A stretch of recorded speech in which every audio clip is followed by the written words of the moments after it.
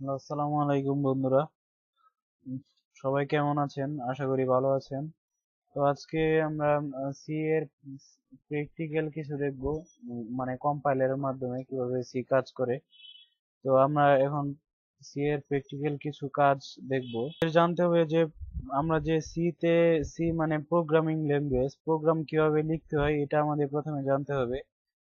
আমরা কারো কাছে কোনো কিছু লিখে পাঠানোর জন্য যেমন খাতা কলম বা কাগজ ব্যবহার করি, তেমনি এই যে আমরা প্রোগ্রামটা লিখবো বা সি যে লিখবো, এই প্রোগ্রামটা লেখার জন্য একটা কম্পাইলার ব্যবহার করতে হবে, যা কম্পাইল করে কম্পিউটারকে বুঝাই দিবে যে হ্যাঁ, আমার হাই লেভেল ল্যাঙ্গুয়েজ আমরা যা ওই কম্পিউটারকে প্রদান করি, যা হাই লেভেল ল্যাঙ্গুয়েজ হিসাবে যায়, তা কম্পিউটারকে বাইনারিতে পরিণত করে, অর্থাৎ ভোল্টেজ আপ ডাউন হিসেবে পরিণত করে কম্পিউটারকে বোঝানোর মতো একটা মেশিন ল্যাঙ্গুয়েজে পরিণত করে দেয় কম্পাইলার। তো আমাদের প্রথমে কম্পাইলার ডাউনলোড করে নিতে হবে। তো আমার যেহেতু কম্পাইলার ডাউনলোড করা আছে, তাই আমি আর কম্পাইলার ডাউনলোড করব না, আমি সরাসরি চলে যাব কম্পাইলারে, এবং কম্পাইলারে কিভাবে সি নিয়ে কাজ করতে হয় এটা আমি দেখাবো এখন। তো আমি সরাসরি চলে যাচ্ছি কম্পাইলারে। আমার টিউটোরিয়ালের জন্য আমি প্রোগ্রামগুলো করে রেখেছি। তো এই যে আমরা এখানে দেখতে পাচ্ছি যে মেইন লেখে ফার্স্ট ব্র্যাকেট দিয়ে আবার থার্ড ব্র্যাকেট দিয়েছি। আসলে এই পুরো জিনিসটাই আসলে আমার, এইটুকুই আমার আসলে ওই সি প্রোগ্রামিং। এই লাইনটা লিখে কম্পাইল করার পরে আসলে দেখেন কোনো এরর দেখাবে না, দেখছেন? সরাসরি এক্সিকিউট করছে।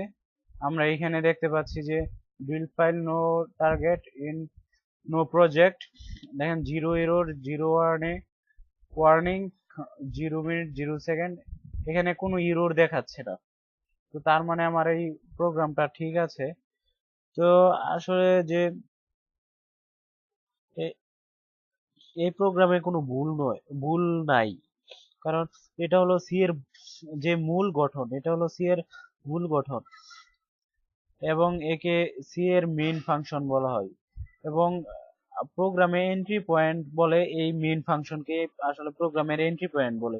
আমরা যখন প্রোগ্রাম করি তখন প্রথমে কম্পাইলার এসে ঢুকে মেইন ফাংশনে। তো মেইন ফাংশনে এসে ঢুকার পরে মেইন ফাংশনের ভিতরে যে প্রোগ্রামের ভিতরে যে কোডগুলা লেখা আছে এগুলো প্রথমে এক্সিকিউট করবে। প্রথম কম্পাইলার প্রথম কাজ হলো যে ওই মেইন ফাংশনে ঢুকবে, মেইন ফাংশনে ঢোকার পরে ভিতরে যে কোডগুলো আছে ওগুলা প্রথমে এক্সিকিউট করবে। আর এখানে সবগুলো হবে ছোট হাতে।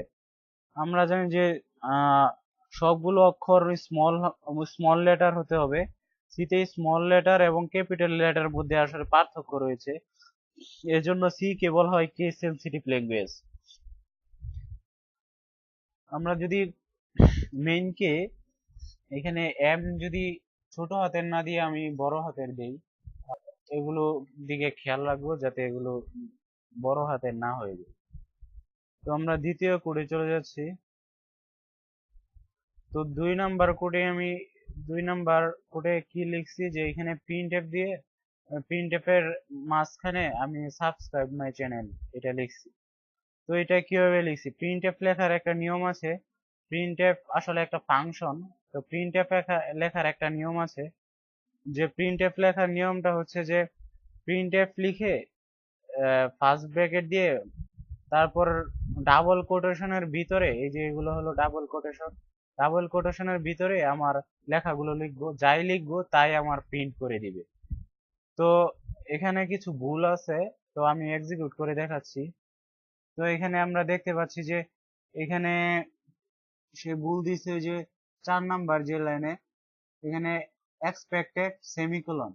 তো সেমিকোলনের ব্যাপারটা হচ্ছে যে সেমিকোলন কে বলা হয় এন্ড অফ এ লাইন। তো আমরা কোনো লাইন যখন শেষ করব তখন অবশ্যই সেমিকোলন দিব, সেমিকোলন না দিলে আমাদের লাইনটা আসলে শেষ হয় না। তো এই জন্য আমি সেমিকোলন দিয়ে দিলাম, তার মানে আমার এখানে লাইনটা শেষ হয়ে যাচ্ছে। তো আমি কি বলছি যে প্রিন্টএফ এর কাজ হলো এই লেখাটা যা আমরা ডাবল কোটেশনের ভিতরে লিখছি এই লেখাটা প্রিন্ট করে দেওয়া। তো আমরা এখন এই কোডটা এক্সিকিউট করে দেখব দেখি হয়। হ্যাঁ, তো আমরা এখানে দেখতে পাচ্ছি যে আমার লেখাটা এখানে সাবস্ক্রাইব মাই চ্যানেল এখানে আমার এক্সিকিউট হয়েছে। তো এখানে চলে আসছে, কালো উইন্ডোজে চলে আসছে। কিন্তু এখানে আসলে যে বোঝার বিষয়টা, এখানে যে আমরা কম্পাইলারে দেখতে পাচ্ছি একটা ইরোর না, আসলে ওয়ার্নিং আসছে, implicit declaration of build in function printf.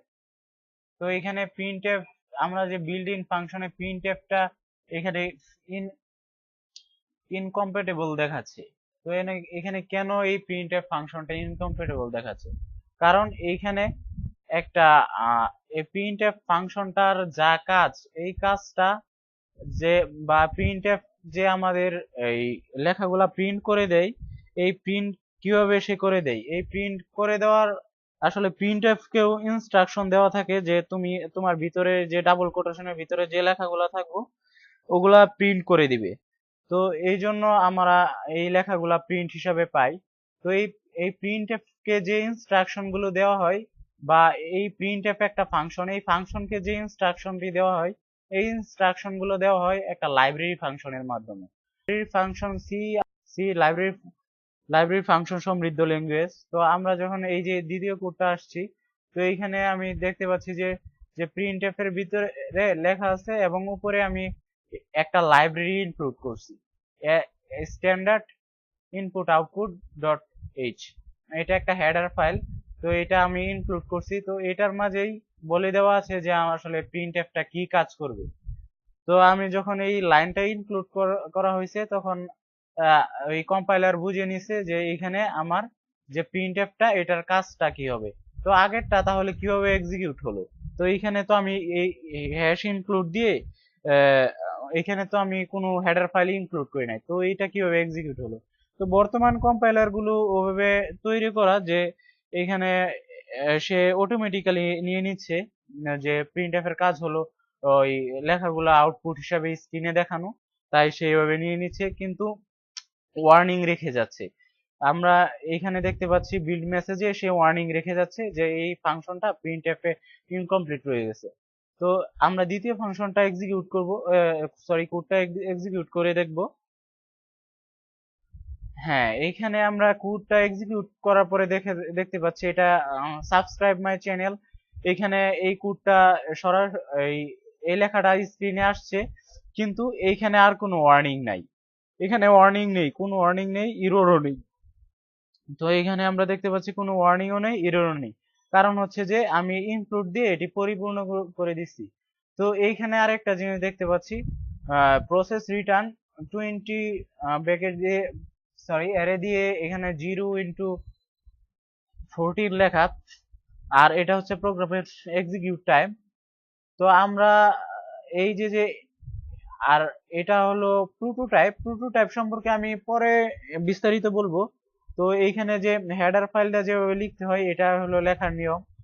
যে হেডার ফাইল দিয়ে আমি এই প্রোগ্রামে বা প্রোগ্রামে বা কোডে ইনক্লুড করব, সেই হেডার ফাইলটা এখানে ইনক্লুড লিখে ওই হেডার ফাইলটার নামটা লিখতে হবে। তো হেডার ফাইল সম্পর্কে আমি বিস্তারিত ভিডিও নিয়ে সামনে আসবো। তো আপনার চ্যানেলটা অবশ্যই সাবস্ক্রাইব করতে ভুলবেন না। তো আমি 4 নাম্বার ধাপে চলে গেলাম। যে এইখানে কি দেখতে পাচ্ছি, এইখানে দেখতে পাচ্ছি যে রিটার্ন 0 এবং ইন্টিজার। তো এইটার কাজ কি? তো ইন্টিজারের কাজ হচ্ছে, এই রিটার্ন 0 কাজ হচ্ছে যে সে কম্পাইলারকে 0 রিটার্ন করবে। আর ইন্টিজার বলতে আমরা বুঝি যে পূর্ণ সংখ্যা। তো 0 একটা পূর্ণ সংখ্যা। তো কম্পাইলারকে যখন রিটার্ন 0 রিটার্ন করবে, তখন আমরা এক্সিকিউট করলে এই লাইনটা স্পষ্ট হয়ে যাবে, দেখতে পারবো। তো এখানে দেখতে পাচ্ছি প্রসেস রিটার্ন 0, এখানে কিন্তু সে 0 রিটার্ন করছে, এবং এক্সিকিউট টাইম দেখতে পাচ্ছি। আর প্রিন্টএফ এর কাজটা সে ওই যা যা কাজ ছিল তাই করে দিয়েছে। তো আপনারা সবকিছু, আশা করি সবকিছু ব্যাখ্যা বুঝছেন যে ইনক্লুডের কাজ কি, ইন্টিজারের কাজ কি, মেইন ফাংশনের কাজটা কি, প্রিন্টএফ এর কাজটা কি, এবং রিটার্ন 0 কাজটা কি। তো তো আমরা এখানে ইন্টিজার না নিয়ে ভয়েডও লিখতে পারতাম। আসলে ফাংশন তো আমরা যখন করব ভবিষ্যতে আসলে এই সম্পর্কে আরো আমি ধারণা দিব। তো আমার ভিডিও যদি আপনাদের কোনো উপকারে এসে থাকে তবে আমার চ্যানেলটি অবশ্যই সাবস্ক্রাইব করবেন।